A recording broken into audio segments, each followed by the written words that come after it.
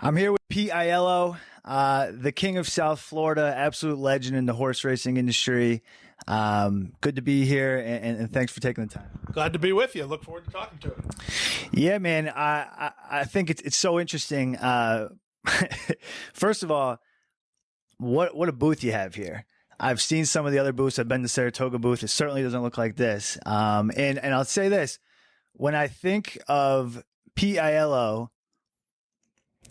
at South Florida, this is I almost want to envision this as your one-bedroom apartment. But just to confirm, you don't live in this booth. No, some days on 14 race cards I feel like I do, but no, I actually have to go home. 52 miles one way too, so it's not exactly a small commitment. You commute 52 miles? Yeah, I live in West Palm Beach now, so I'm born and raised in West Palm Beach, and with the rent situation the way it is in South Florida, you got to go where you can make it, and that's where we can make it. So. You're not kidding. I came down here last year to the Fort Lauderdale area, and I knew it was going to be a little bit more expensive, the cost of living down here. But I mean, the rents, even in the year that I've been here, the rents have been going up and up and up. So I can certainly understand that. And so I've been so tuned into Saratoga racing that I forgot that we were even still running here. And so I guess my question is like, how plugged in are you able to be? Obviously, it's the premier meet in the country. How plugged in are you even able to be while you're obviously trying to do the races here? Well, as far as following Saratoga, you mean? I mean, I have it on that TV that is out of camera shot right now, but it's on at all times. So try to follow as much as I can with what's going on. But, from a Gulfstream perspective, I was always the summer guy. I was always the B guy. I was the call to the bullpen, and Larry Comas was the starter, and so that was how it was for a lot of the years that I've been here. And so the summer racing program for me is fine. I was born and raised in South Florida, so the bread and butter of my South Florida memories are pretty much non-big national horse related. I remember regional superstars. So this is a fine time of year for me, and from a gambling perspective, I love this time of year. So yeah, so I was going to go there too. So gambling wise, what do you like to play? I'm a multi-leg guy. I'm a double and pick three player, and I've always, and anybody who knows me, even on social media that's never met me knows, I've always varied away from the big venues. A lot of smart money out there, and I don't want to compete with it. So I try to, my niche has always been, even, when I was literally 15, 16 years old, just learning how to handicap, I always liked the smaller tracks. I mean, taking off of school on a Tuesday to go to the Palm Beach Kennel Club to bet Finger Lakes, that was good for me. I'm a small track guy from a gambling perspective, from, obviously from a race calling perspective and a fan perspective. I love the entire industry, but from a gambling perspective, it's tracks you've never heard of. That's interesting. I wouldn't have guessed that, but it makes sense. You're right. There's a lot of smart money at those larger tracks. I have to admit, I've just fell in love with the pick five over the last several years. Tough, very tough. I mean, you're basically betting blindly into some of these pools when you're talking 3-4 races ahead of time.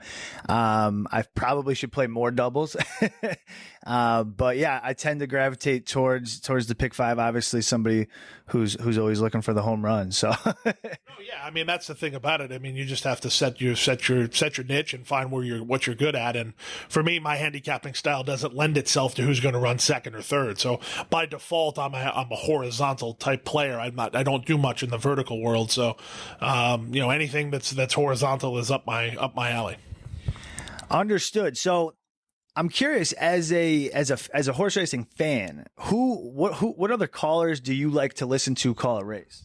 Well, I'm biased in that way because so many of the guys that helped me along the way are friends of mine now that I listened to beforehand. But the Rod Dog, Dave Rodman, if there's one guy that I just want to listen to a call and enjoy it, that's my guy, at least right now. I mean, I'm friends with, pretty much everybody. Larry and I talk all the time. We have a group chat between all the guys that worked at Calder and me, Jason Bean, Chris Griffin, and Gabe Pruitt. So, I'm friends with pretty much everybody. But in terms of if I'm going to sit down and just listen to somebody do it and me go, yeah, I wish I could sound like that, it's definitely Dave Rodman. Interesting. Yeah. Everybody has kind of their favorite callers. I'm thrilled to see, I'm a Saratoga guy, obviously, so I'm thrilled to see Frank Miramati, his first full season there. I think he's doing a hell of a job. Um, I always wonder with race callers, right? And, how much, you're calling 11, sometimes 10, 11, sometimes more races in a day. How much prep do you have to do? When do you start preparing in terms of starting to get the names down and everything? It doesn't seem like you'd have a whole lot of time to do so. Well, everybody's different in that regard. I mean, everybody's different. Everybody does it a different way. Everybody has different styles. And I'm kind of the weirdo in that group because I'm one of those guys that I only study very briefly as far as I have a photographic memory. So I don't color silks. There's a lot of guys that'll use crayons or colored pencils or whatever, and they'll color silks. And I used to do that when I started out, when I was taught by Luke Reitboss, helpful hints on trying to learn how to do the job. I would, spend hours and hours writing out names phonetically and coloring silks and doing all the, the crutch type stuff. And then when I got my first job in Cincinnati, I would, of course, go back and listen to my replays, and I could hear myself look down. And it was like one of those things that I don't know if you experience this in school where you can bring an index card with as much information as you want on it, use it on the test. The logic was you'd spend so much time using or writing down the information, you wouldn't have to use the index card. And for me, that was how I wanted it to be. It was like, I don't really need to look down. I know what I know because I'm prepping accordingly. So I think that, try not to, critique yourself too hard, but my calls are either dialed in or awful. There's not a whole lot of in between because either I'm into the race, I know everybody, or I'm completely lost because I don't use a lot of crutches. Interesting that you say it's either one end of the spectrum or the other. As a fan, I don't think I've ever heard you really fuck anything up. Really, I'm trying to think, and that's a good question for you. Is there a particular race that you remember just you completely botched the whole thing? Oh, I mean, there's definitely races that I want back. I can remember the first thing that came to mind was there was a day at Calder where I miscalled a photo. And if, anybody there's not very many that have done it, but if you've seen that setup, you'd give me a pass for miscalling the photo. But one of the things about our job is it's so mental. And like I said, everybody has their different idiosyncrasies. Some guys like visitors in the booth. I'm one of those people. Some guys lock the door. No one's allowed in.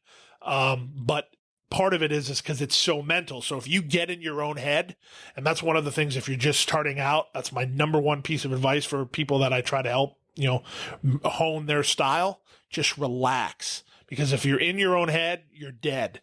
And that's a lot of the reason why, I mean, even the veteran pro guys, the big days are always high on our nerves because it's completely different and it's so much harder to relax. So there was a day at Calder that I made a mistake and then this mistake just snowballed and I couldn't, reset myself. And that was a rough day. But yeah, I mean, there's been some calls where, you say the name wrong the whole time. And I can remember just starting out, I said the horse's name as Smo the Red Chicken for 6 months. And the trainer finally came to me and goes, I can't let you make a fool out of yourself anymore. My name of my horse is Smothered Chicken. And I called it Smo the Red Chicken the whole time he ran. So that's funny. I mean, horse names have to be tough. There's some ridiculous names. I feel like sometimes they name the horse just to get a kick out of trying to hear you guys call the correctly, which is funny. Sitting here in the booth, I have to ask, what are some of you've been the caller here for how many years? I've been here 10 years. I started in the winter in 2016, the start of the 17, start of the Pegasus. 16, the winter of 16, I was at Oaklawn. I started as the summertime guy in 2013. So I've been here 10 years. And over the last 10 years, what are, I don't know, one or two races? Obviously, I'm assuming it'll be one of the bigger races on the bigger days, Pegasus or Fountain of Youth. What are some of the races that maybe one or two that stick out to you just as, something that you'll never forget? Well, the first Pegasus is probably one of the biggest days of my life, even outside the booth. I mean, there was so much that went into that. And I was so in my own head, like I was talking to you about, and it was just impossible to relax. So essentially the test was, could I handle the stress knowing I couldn't relax? And that was my second grade 1 call. And my first grade 1 call was the worst call I ever made, which was the 2016 Arkansas Derby. Okay. I log on to YouTube to make sure there aren't any added comments on it from time to time because it's just a complete, bash fest. So that was the only thing I had to go on in terms of confidence. I mean, think about it. Like, if you're a running back in the NFL and the only carry you got in the playoffs, you fumbled and they ran it back the other way, doesn't make you feel too good about getting the ball. Right. So that was where I was at for the first Pegasus. And, my whole thing was I didn't want to mess it up, and I didn't mess it up. So that was a huge thing for me. I mean, it was kind of a culmination of everything that had come before that, working the bush tracks in Arizona and, packing the car up and going from track to track to track to finally, a lot of people would have said, yeah, you belonged before that, but I didn't feel like I did. So, yeah. Wow, that's great. That's awesome. I think horse players a lot of times can be very critical of the race callers, and unanimously, you seem to be one that people just really gravitate towards. People really love you.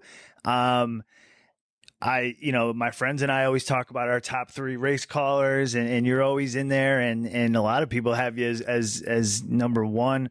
Talk to me about who do you like here?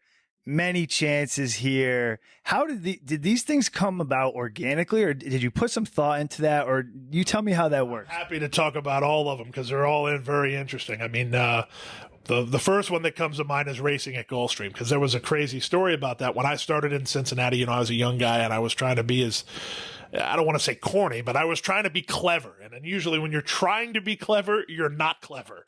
And I was all about like alliterative things. I wanted to have a distinct way of saying this first race, and I wanted to have a distinct way of saying the last race. And I knew that I was going to use, I was going to steal a line from Tom Harris, who was in Washington and Texas. I knew I was stealing runners away for the last race. That was already in my head. But I wanted to come up with some sort of alliterative phrase to start the day. And I said, well, I'll go racing at River, double R. To me, to this day, it still sounds good. And I did that for, the 6 years that I was in Cincinnati. And then when I got to Gulfstream, a buddy of mine said, well, you're going to go racing at Gulfstream? I said, no. I said, it sounds stupid. There's no roll off the tongue there. He said, you have to do it. No, I'm not doing it. And he just kept after me and kept after me. No, you have to do it. So I did it. Thank God. Yeah. And I did it. And, I don't really hear much, right? So a couple days go by, I keep doing it. And I went into the jocks room. And Eduardo Nunez, who I'd watched ride since I was a kid, so I had a lot of respect for him. He didn't know who I was. Then he found out who I was, and then as I'm sitting on the bench in the jocks room, he walks by and he goes, racing at Gulfstream. And that was like the first thing. So, like the who do you like here, that's a somewhat original creation as well, in the sense that I was listening to a race in Maine in harness, and the guy would get to the wire and there'd be 2 horses at the wire, and he would go, who do you like? And I would always like, well, that's kind of silly to say it then. The race is over already. So there was a race at Gulfstream, and there was like 8 across the course. And the thing is that, and I've talked to other announcers worldwide about this, the who do you like here, it started out as a crutch for me because your mind gets overloaded. Where do I look? And I remember the first time where it was like the seed being planted was, I said that. I go, where do you even look here? Yeah. And one of the, again, feedback the next day. Oh, I love that call. They're coming from everywhere. Where do you even look?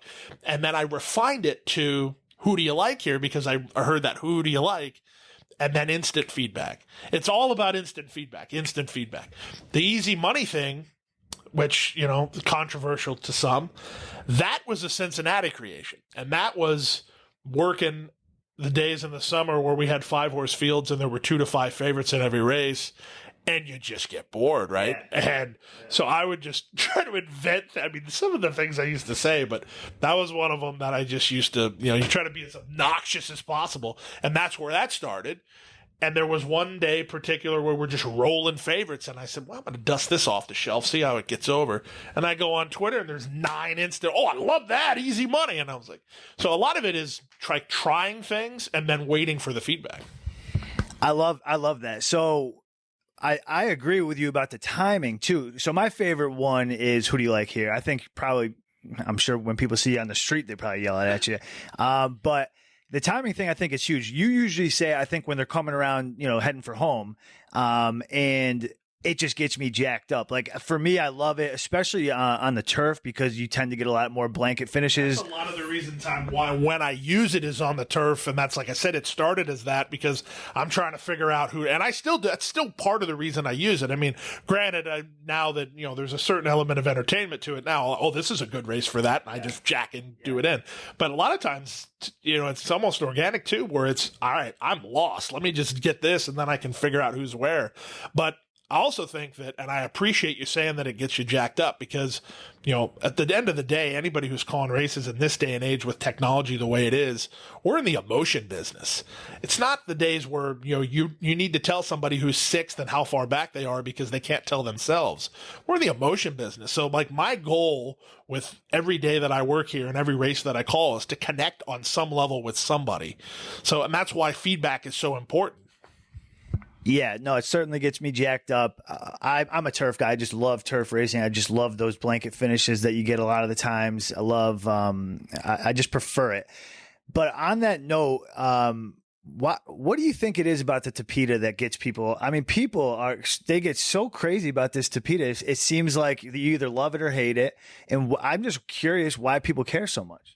Well, I think it's like, I look at it from a marketing standpoint. I think a lot of times the industry has a tendency to put itself in a box and not realize that there's some analogous things that go on in regular business.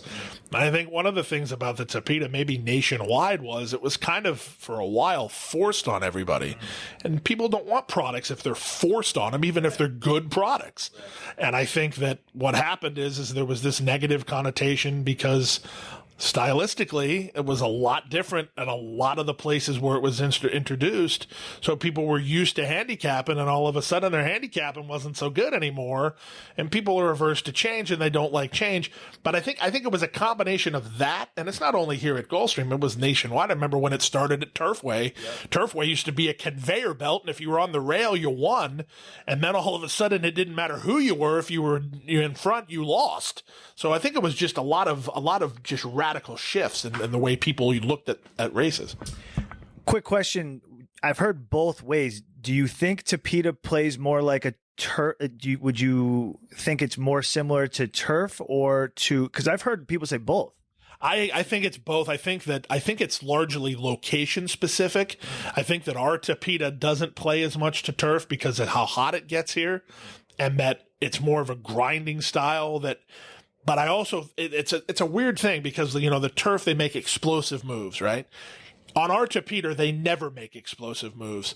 On our dirt course, speed holds. Sometimes on the Tapeta, speed holds. But for the most part, it's a long, sustained run from the back. And what I think is different from our Tapeta versus our main track, and why I think the riders really struggled to figure out what the right way to ride it is at Gulfstream on the dirt, if you try a long sustained run on the dirt, you'll get about a length and a half off the lead at the quarter pole and then stop. And that's one of the reasons why speed carries here. And I don't like that as a gambler and as a race caller.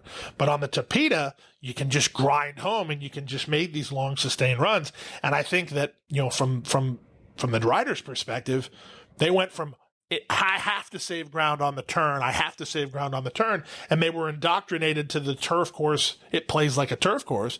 And then everybody started winning, making wide sweeping moves that on the turf would never work, on the dirt would never work, but they were working. And then everybody figured out, oh, I got it now. Long move on the turn, wide on the turn, save ground until we get to the turn and then launch 4 wide and just don't go too far, but just grind home. And that's just took a long time for them to figure out how to ride it. Yeah, no, it makes sense. Just change in general. I wanted to talk to you about Gulfstream, and I'll get you out of here soon, but I wanted to talk to you about the venue here. I had never been up until a couple of years ago. I came down here on vacation. I believe they were working on the big screen out there, and there was some construction going on. Now I come down here last year, and everything's kind of a finished product. They put in the carousel. I mean, I don't know how much of that was there already, but I know they did all those renovations down there. And the experience of a track day here, I think, is incredible, and I think very underrated. If people haven't been in the last few years, you need to get here because it's so much fun. It's so beautiful. The big screen for you, and we spoke about it before we got on air, is, you know, it can be just a little bit of a crutch for you because you can't see. But for a fan, I mean, that screen is huge, and it's really enhanced the experience. I love being at the carousel down there. And so, yeah, just talk a little bit about some of the renovations. I mean, it is gorgeous. Yeah, we're putting the turf course in now. I'll show you that when we sign off here. You can kind of see where they're starting over. They put a new irrigation system in on the turf course, try to get the turf course back to, you know, the way it needed to be after being beat up a few years. We got 3 surfaces. We're year-round racing. The other thing, like you said, is that you kind of got anything you want to do as far as you can get the dining room experience, you can get the carousel club experience, you can go down to the Silk Simulcast Center and then just watch the race on the rail and then go back to screen combat nationwide. You know, you got the yard house and the walking ring. You know, you can go have lunch at the yard house and watch the horses, and then, you know, and then Christine Lee's on the other side of that, happy hour. And there's a bowling alley back there. There's Haagen-Dazs for ice cream. I mean, it's just kind of it's a unique blend of entertainment and racing. I was at the bowling alley a couple weekends ago. It was a lot of fun. Yeah, just beautiful. For people who haven't been here in the last couple of years, you just have to make it here. The venue is just, like I said, very underrated, I think. So you're a South Florida guy, born and raised. Listen. When you think of names that are synonymous with South Florida, people think, you know, Dan Marino, Dwayne Wade, Pitbull, Rick Ross. Well, I'll tell you this. Pete Aiello is right up there with it. I got to tell you, you are like the king of South Florida in my eyes. It seems like everybody down here absolutely adores you. I really appreciate you taking the time to sit down with me. We got races to call, so I'm going to wrap this thing up. We could talk for 2 more hours if you wanted to. So. Yeah. What I'd like to do is maybe schedule something again in the future. You know what I mean? I think it would be cool to bring the racing fan a different look, you know, and I love the booth. I was not expecting this, and like I said, I like to think that this is just your apartment and you never leave here.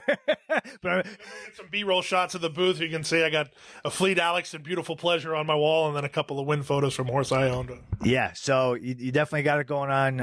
I really appreciate the time, and yeah, maybe in the future we'll schedule something else. But I don't want to keep you. I know you got some prep to do, so just you're the man, and I appreciate you. You letting us do this and taking the time for us. Anytime, man. You're the man.